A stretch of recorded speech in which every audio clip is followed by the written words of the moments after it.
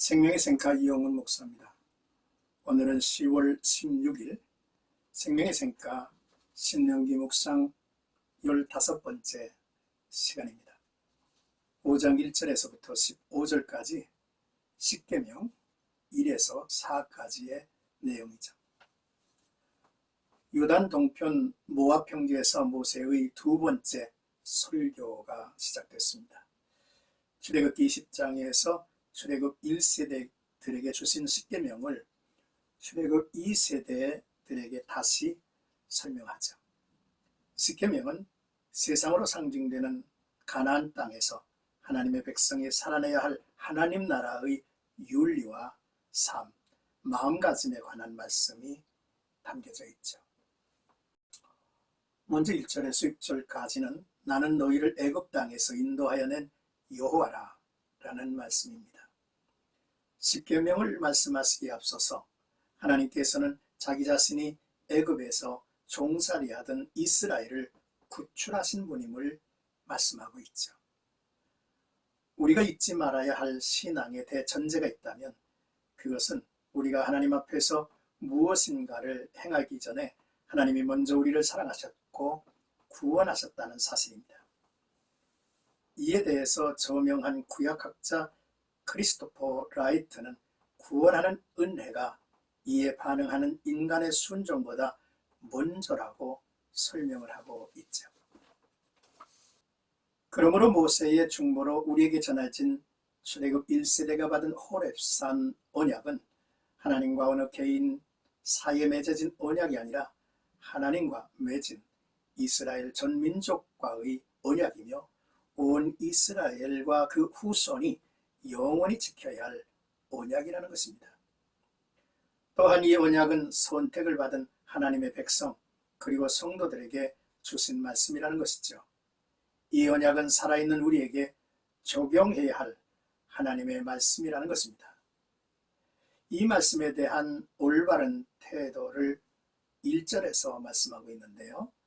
먼저 전심을 기울여 자세히 들으라고 했고 열심히 배우고 분별하는 능력을 길러라 했고 또한 부지런히 지켜 행하여야 한다고 말씀을 합니다. 이제 그 첫 번째 계명 7절입니다. 나 외에 다른 신을 내게 두지 말라 했습니다. 나 외에는 다른 신을 내게 두지 말지니라 라고 하신 말씀, 너와 나 사이에 그 어떤 것도 두지 말자는 것이죠. 이 첫 계명은 하나님이 앞서 선포하시는 사랑의 고백을 담고 있는 계명이라는 사실이죠. 이스라엘은 여호와 하나님만 유일한 하나님으로 섬겨야 합니다. 고대 근동세계의 다른 나라처럼 여러 신들이 있고 여신의 자리도 있었는데 주의 백성 이스라엘에게는 이 어떤 것도 허용되지 않는 것입니다. 하나님께서는 하나님 자신이 자기 백성들의 모든 삶의 중심에 있기를 원하시죠. 오직 하나님만이 참신이요 모든 것의 주인이시기 때문이죠. 8절에서 10절까지는 두 번째 계명 자기를 위하여 우상을 만들지 말라 했습니다. 인간이 우상을 만드는 것은 하늘에 있는 신을 지상으로 끌어내려 우상 안에 가두어 놓고 인간의 필요에 따라 신의 능력을 조정하려고 하는 의미가 담겨 있죠. 그러므로 사람들이 만든 신은 모두 가짜입니다.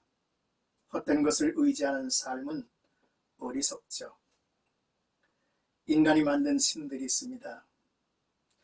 그것은 인간의 욕망과 공포를 위해 조작되어 만들어진 것들이죠.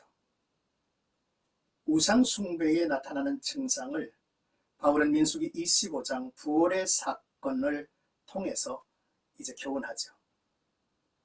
우상 숭배에 빠지면 먹고 마시고 뛰노는 방탕한 삶이 이어지고 또 나아가 음행하고 또 나아가 하나님을 시험하고 또 나아가 원망의 자리에 빠져 결국은 멸망케 되었다고 했습니다.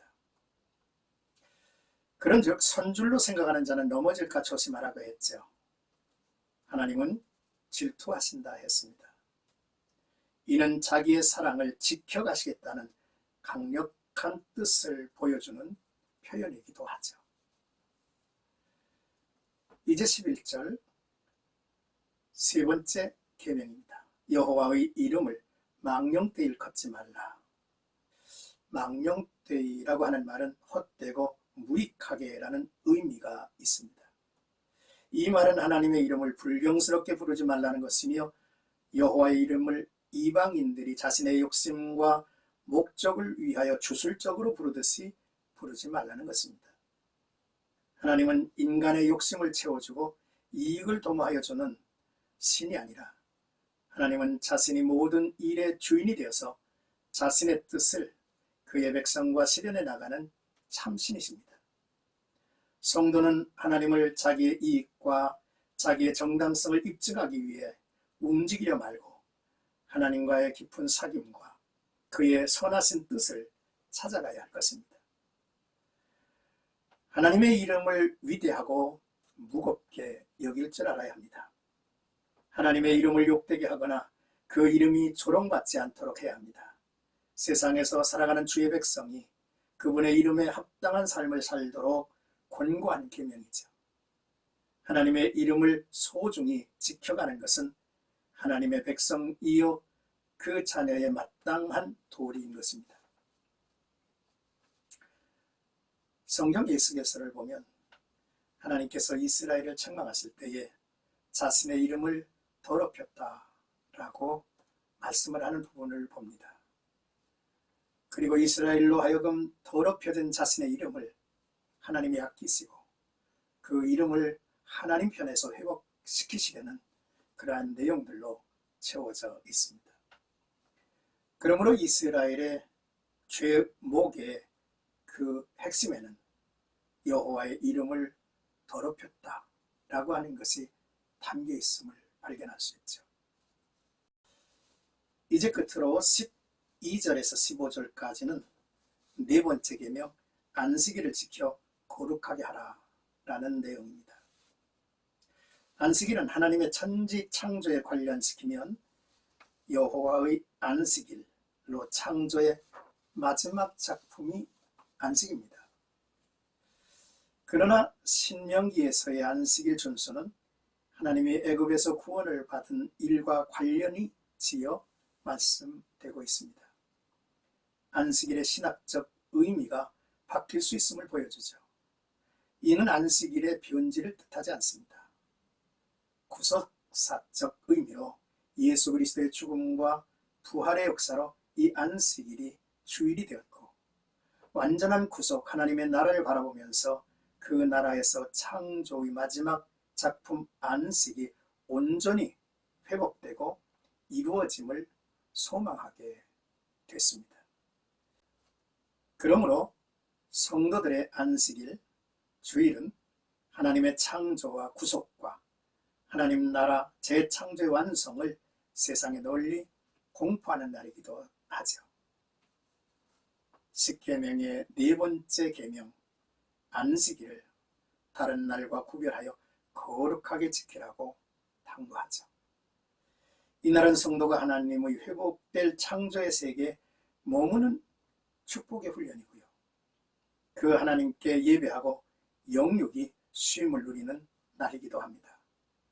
이스라엘은 안식일에 애굽의 종살이에서 해방된 하나님의 구원 사건을 회상하며 감사할 수 있었고, 하나님께서는 종과 가축에게도 안식의 특권을 베풀어 주신 것을 볼 수 있습니다. 그리하여 구원의 하나님, 삶의 주인이 누구인지를 늘 확인하게 하셨고 가나안 비전을 갖게 했습니다. 참된 안식이 하나님 안에 있음을 보여주죠.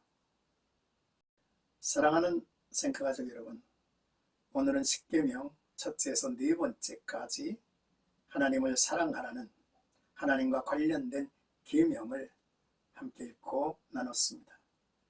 하나님과의 관계가 어긋나면 우리의 삶의 모든 것이 어그러지죠.